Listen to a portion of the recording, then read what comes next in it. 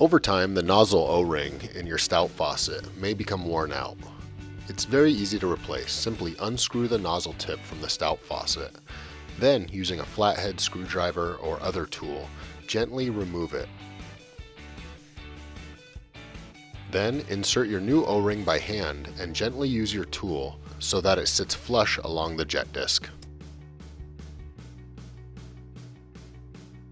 Then, screw the nozzle back on your Nitro faucet, and you're ready to go.